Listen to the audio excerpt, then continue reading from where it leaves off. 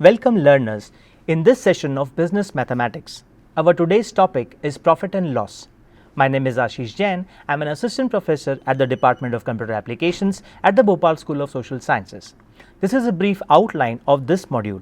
We will start with Introduction to Profit and Loss. We will see some common terms used in profit and loss. We will see some important formulas. We will see some problems that we encounter in profit and loss, and we will see some numerical and word problems. So let's begin this session. The concept of profit and loss is very important, and it plays an important role in the field of economics as well as accounting. Profit and loss is used in business to determine the price of a commodity in the market and understand how profitable a business is. Every product has a cost price and selling price.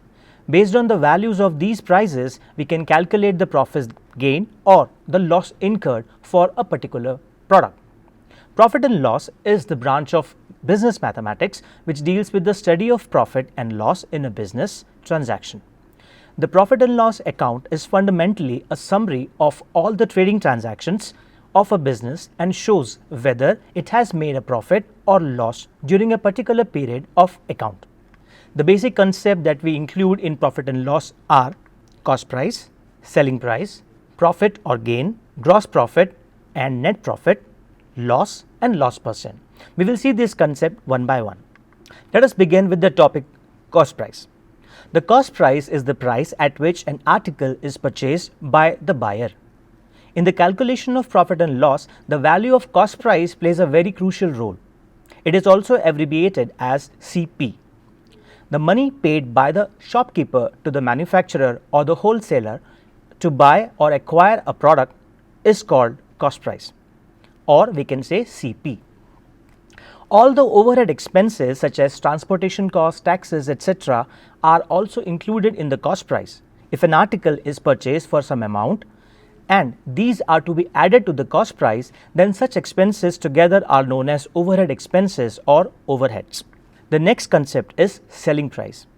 The selling price is the sum of money which is finally paid by the actual buyer for the product. It is also abbreviated as SP. The money paid by the final consumer to the buyer in order to acquire the good or an item is called the selling price. Selling price is also a crucial factor in calculating the profit. If nothing is mentioned, the profit and loss are always calculated on the basis of cost price unless otherwise stated. The next topic is profit or gain. If selling price of a commodity is more than its cost price, then we have some excess amount left with us. This is called as profit or gain. So we have a formula: profit is equal to selling price minus cost price.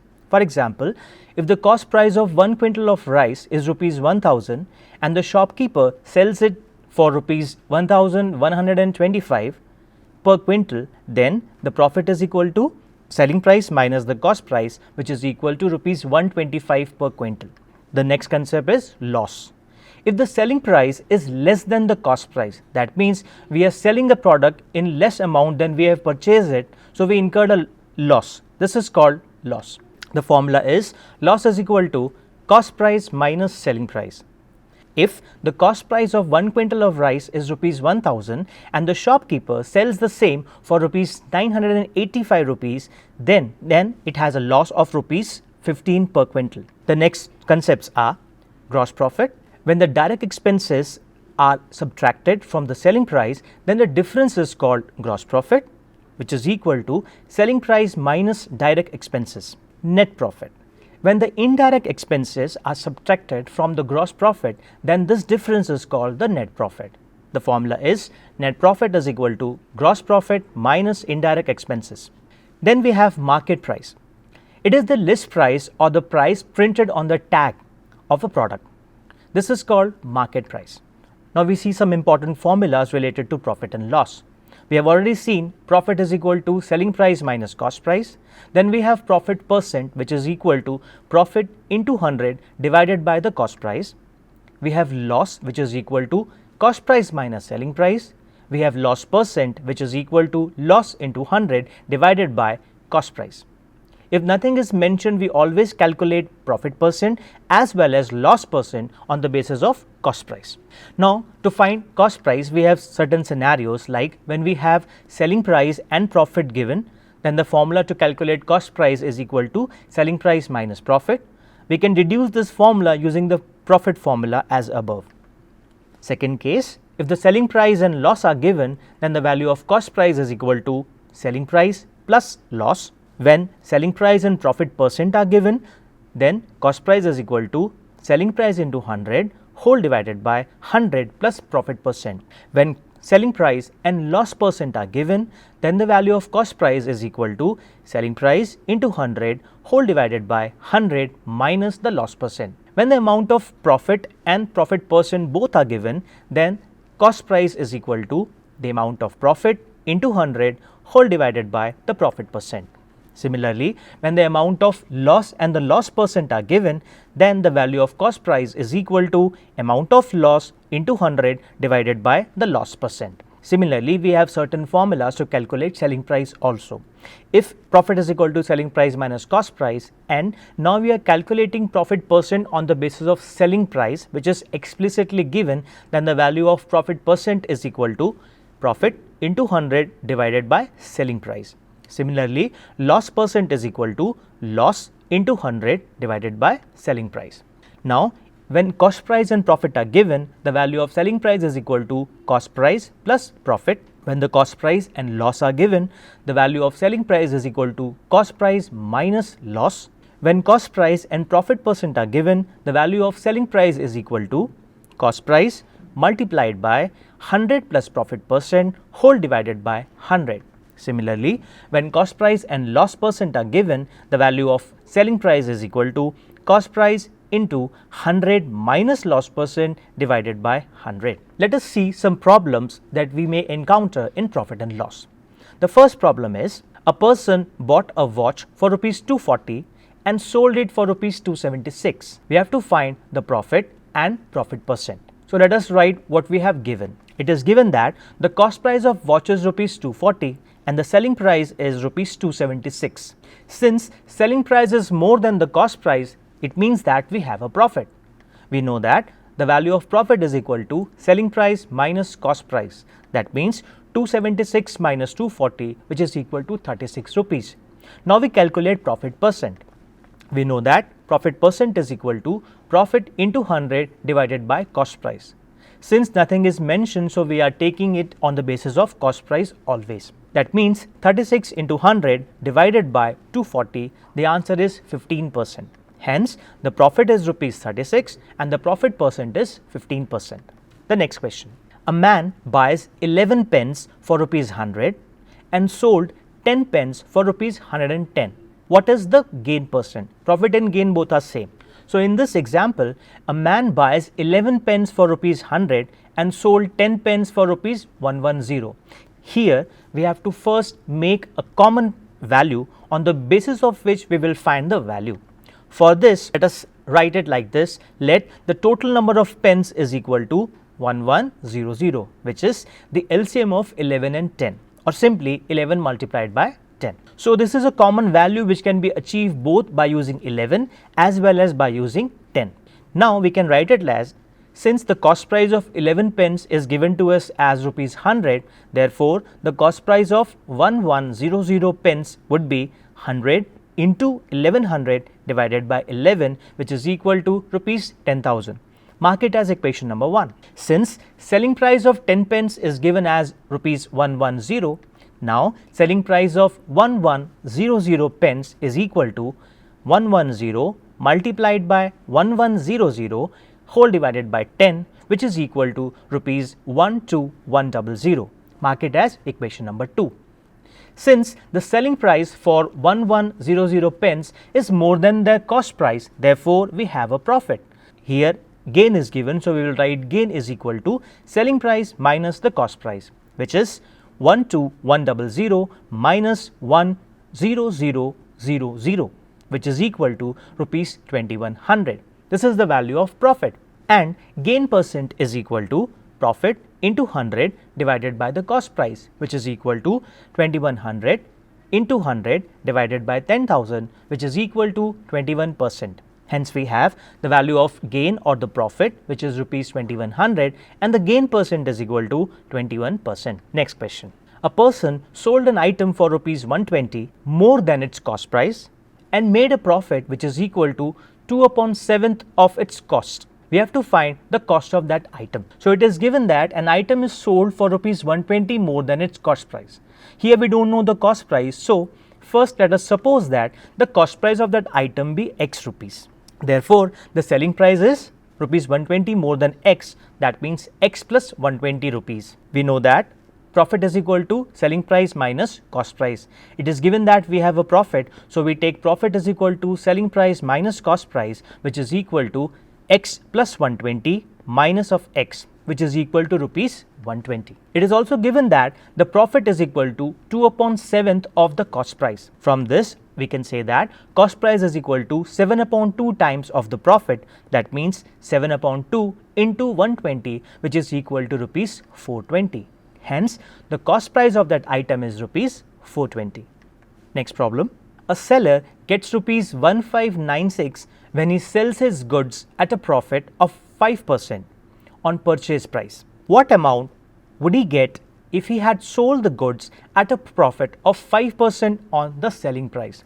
Here, it is given that purchase price, that is the cost price, and we have to calculate profit on the selling price. So, let us first write what is given to us. So, it is given that the selling price of the goods is rupees 1596.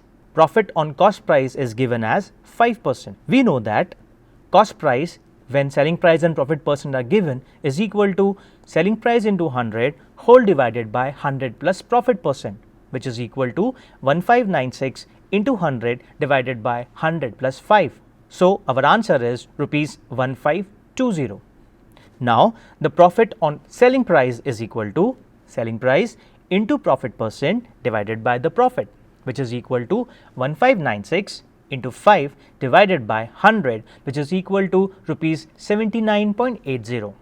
Now, the total amount received by the seller is equal to the cost price plus the selling price, that is 1596 plus 7980, which is equal to 1599.80, which can be rounded off to 1600.